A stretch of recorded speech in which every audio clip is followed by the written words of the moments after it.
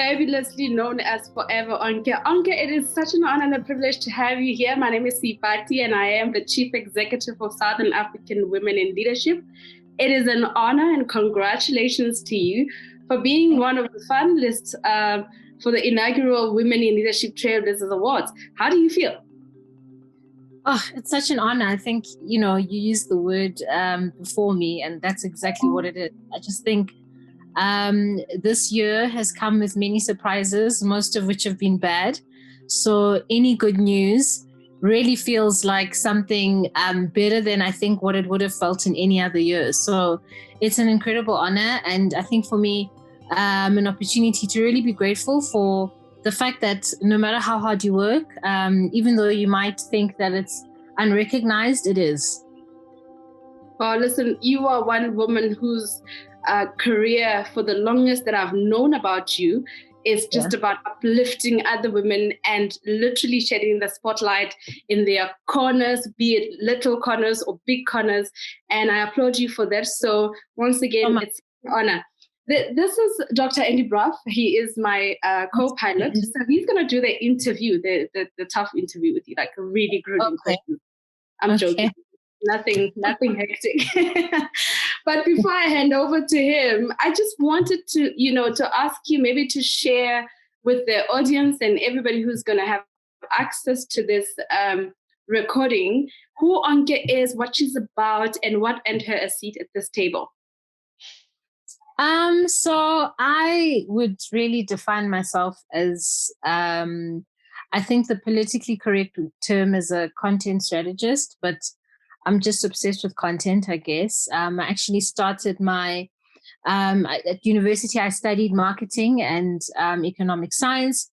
But I ended up pursuing my career in marketing because I just really wanted to know the impact of consumer behavior on people in terms of really driving economies. And I worked at Colgate-Palmolive, a global multinational. I worked for government at a company called Brand South Africa. I worked at Ndalo Media and Media. I worked in retail at a company called African Sales Company. And then now with the Bar Group, with the resuscitation of Destiny and platforms like the Bar, and also the production side of what the Bar Group does. So I think for me, that, and I include that part of my career in answering who I am, because I think that your work cannot always be mutually exclusive from I don't believe in the concept of work and playtime. I think that in this world that we live in today, they have to be mutually exclusive because really the work that you do and the work that you do really well should be a reflection of the things that you are genuinely and intrinsically passionate about. And that's certainly the case for me. So I'm just really a person who's, a young woman who's really trying to establish her footing in the world, but do it in such a way that creates impact, and obviously positive impact, great impact for people through the content in which I produce and the content in which I share. And my background in marketing was so great because it gave me an insight into consumer behavior and how people react and, how people kind of channel their energy towards the things that they buy into. So when I got into the world of content and media and publishing, I had a much better understanding as to approach it from a perspective of helping people buy into things that already matter to them instead of selling them something that they don't need. So that's who I am. Like, I'm the type of person who is just about creating impact in a positive way, in a lasting way, and doing so through the things that, I'm personally really passionate about, and just also how that reflects in my work. Well, incredibly amazing. I mean, I think if there's one year that truly demonstrated how consumers are pedantic about what they consume, is definitely 2020, because really we had so much time to be online to literally consume as much as possible. So so it speaks to that as well. But Dr. Andy Brough, do you want to maybe ask Onke a few questions? Thank you. Thanks very much, Seipati. Onke, it's great to chat to you. Where do you see the future of publishing? We've been in a really topsy-turvy year. Any thoughts on the trends going forward as far as publishing is concerned, both in South Africa and globally?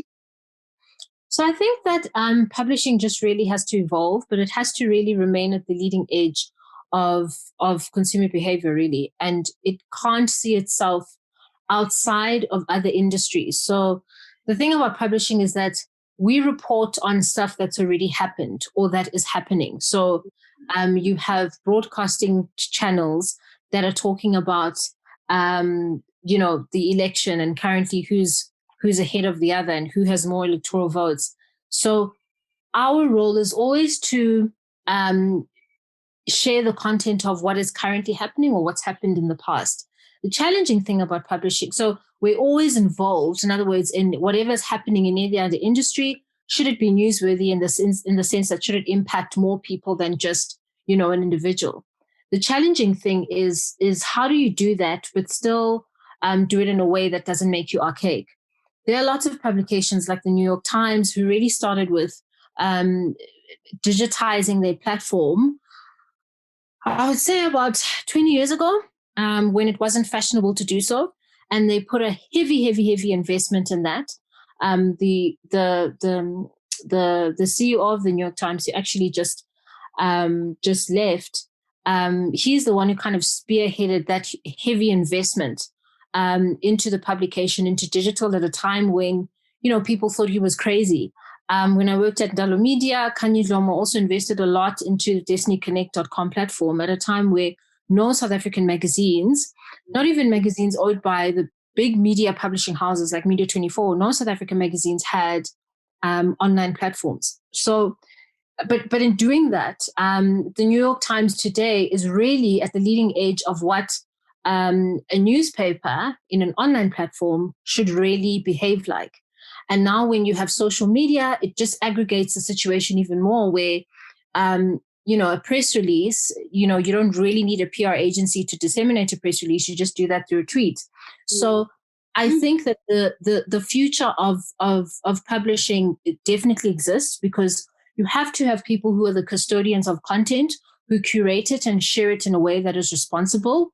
You will have noticed in the current US elections, they are, even Facebook were under fire for the irresponsible dissemination of kind of the negative content that Trump was spewing. So you definitely you can't leave everything up to social platforms just because everyone uses them and everyone's on them, or everyone in really developed countries more so than anything else. So you really have to have people who are the custodians of the content and understand how to channel it in a way that is responsible, in the sense that in a year like today, in a year like this year with the COVID pandemic and everything that's happened, people don't die at the expense of irresponsible content just shared irresponsibly, and people going on the authority of whatever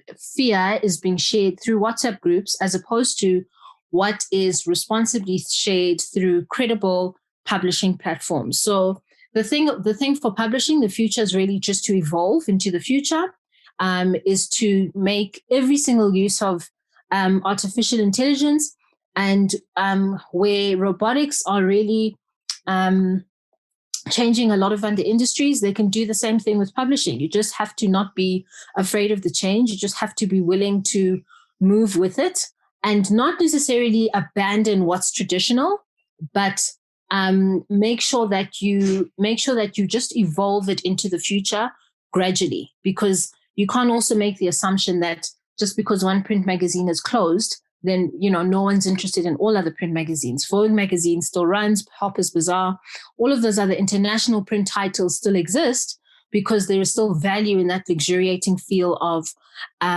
legacy kind of magazine brands. But they haven't ignored the importance of digital. They haven't ignored the onset of it.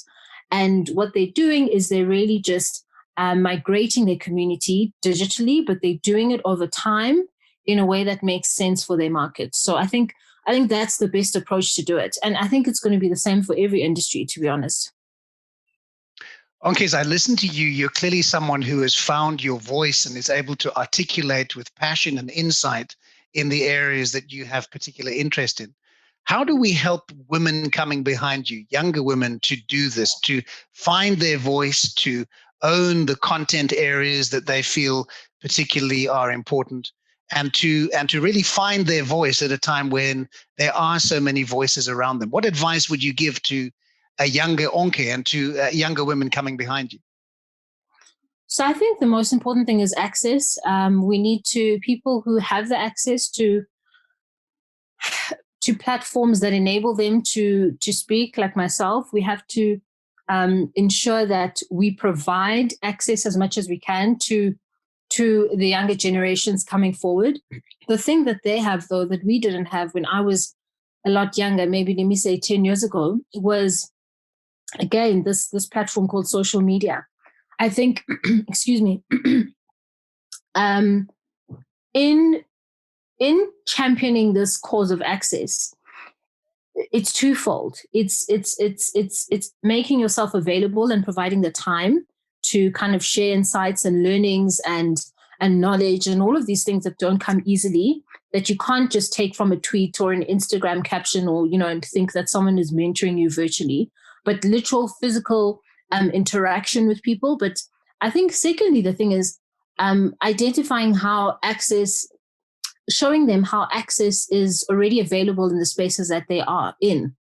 So for instance, if you, and that really is a lot more empowering, to be very honest, because you're saying to someone, even if I'm not physically able to be with you, right? You already have the access in order to share your voice.